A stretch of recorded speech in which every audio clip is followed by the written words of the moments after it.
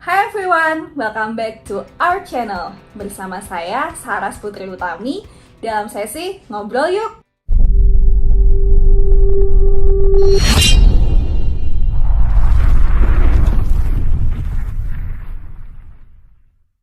Topik ngobrol yang akan dibahas kali ini adalah tentang fenomena penyalahgunaan narkotika jenis baru. Seperti yang kita ketahui bersama bahwa perkembangan narkotika jenis baru atau yang sering disebut NPS, yaitu New Psychoactive Substance, di Indonesia sangat cepat ya. Sebanyak 140 NPS telah diregulasi di Indonesia. 84 zat NPS telah teridentifikasi di Indonesia, 75 diantaranya sudah masuk regulasi, sedangkan 9 zat belum teridentifikasi. Angka prevalensi setahun terakhir penyalahgunaan narkoba meningkat dari 1,8% pada tahun 2019 menjadi 1,95% di tahun 2021 atau sekitar 3,6 juta jiwa dari total penduduk Indonesia usia 15 sampai 64 tahun. Jadi semenjak 1 bulan ke belakang ini banyak masyarakat yang mengirimkan DM atau direct message ke sosial media milik BNN Kota Bandung. Mereka mengirimkan baik itu artikel, berita, ataupun video dokumenter yang menceritakan di situ ada sebuah negara di mana tingkat penyalahgunaan narkobanya itu sudah sangat tinggi dan ada satu jenis narkotika yang disalahgunakan namanya fentanyl, dan di situ digambarkan bahwa orang-orang itu sudah menyalahgunakan narkoba atau narkotika itu sebegitu parahnya sampai di pinggir-pinggir jalan pun kita bisa menjumpai banyak orang yang menyalahgunakan narkotika jenis tersebut.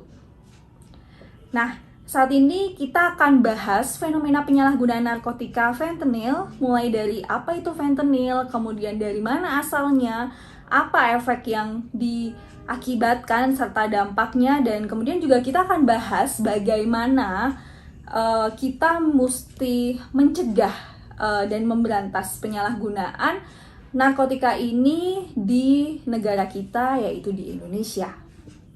Mengutip dari halaman BBC Indonesia, data dari Pusat Pengendalian dan Pencegahan Penyakit Amerika Serikat atau CDC menunjukkan bahwa kematian akibat overdosis naik, yaitu 28,5% selama 12 bulan terakhir April lalu.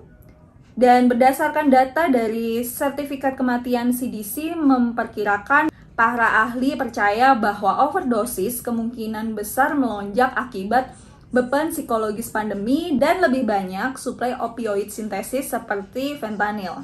Di Amerika Serikat, fentanyl telah menjadi krisis yang berlarut-larut yang bahkan oleh penelitian dari Departemen Pertahanan disebut-sebut sebagai krisis keamanan nasional Amerika berikutnya.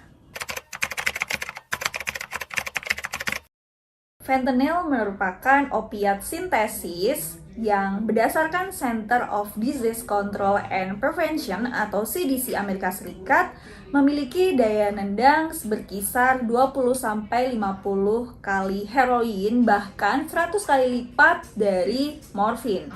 Fentanyl adalah salah satu obat opiat, yaitu sintesis psikoaktif yang umumnya digunakan untuk menghilangkan rasa sakit, nyeri yang hebat, nyeri yang kronis, seperti akibat kanker ataupun pada saat operasi.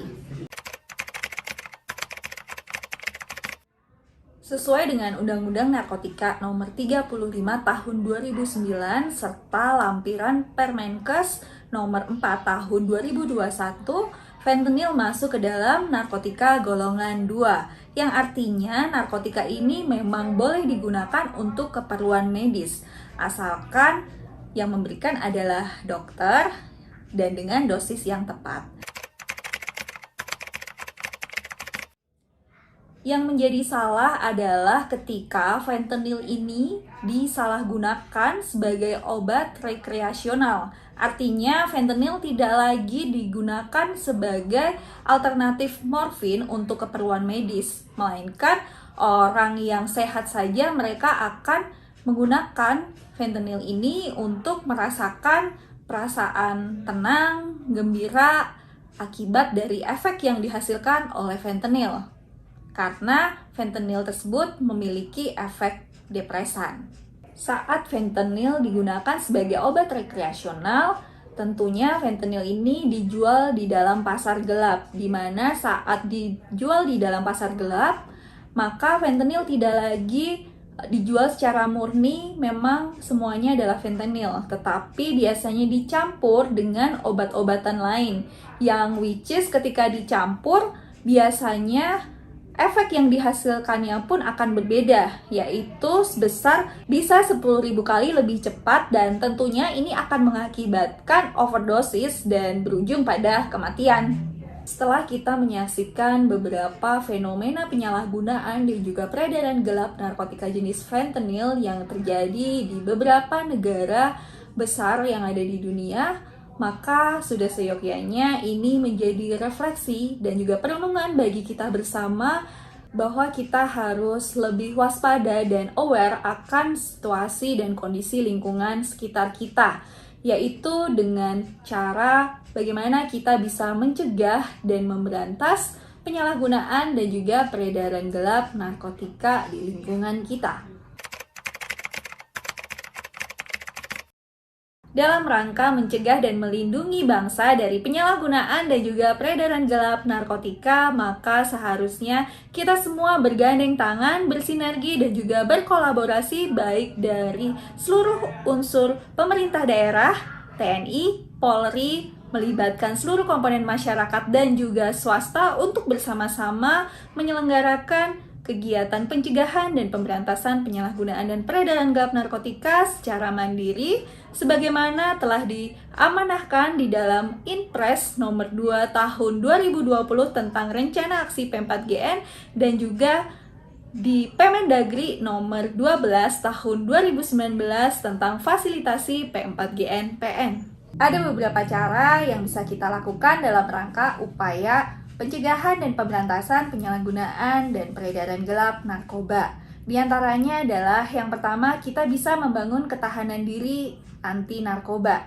Bagaimana caranya? Yang pertama, kita harus memiliki self-regulation, yaitu kemampuan regulasi diri, kemampuan untuk mengontrol impuls, emosi, dan juga pengaruh lingkungan. Kemudian yang kedua adalah kita harus memiliki sikap asertif, di mana sikap asertif adalah kemampuan untuk menyampaikan apa yang diinginkan dan dirasakan dengan terbuka secara wajar tanpa menyakiti perasaan orang lain. Yang ketiga adalah reaching out, yaitu kemampuan untuk meningkatkan aspek positif kehidupan dengan cara menerima tantangan atau menggunakan kesempatan serta meningkatkan keterhubungan dengan orang lain. Selain dengan membangun ketahanan diri anti narkoba, upaya P4GN juga bisa kita lakukan dengan cara berani melaporkan apabila ada penyalahgunaan dan juga peredaran gelap narkoba di lingkungan sekitar kita. Dan yang terakhir, kita bisa membagikan informasi-informasi penting terkait upaya pencegahan dan pemberantasan penyalahgunaan dan peredaran gelap narkoba kepada lingkungan sekitar kita. Bisa dengan memfollow beberapa akun sosial media yang dimiliki oleh BNN Kota Bandung yang ada di sini. Well, sekian sesi ngobrol kita kali ini. Semoga apa yang kita sampaikan bisa meningkatkan kesadaran dan juga kepedulian dari teman-teman semuanya untuk bersama-sama memerangi penyalahgunaan dan juga peredaran gelap narkoba di Kota Bandung untuk bersama-sama mewujudkan Kota Bandung bersinar untuk Indonesia bersih narkoba. Thank you for watching. Berani tolak, berani lapor, berani rehab, war on drugs.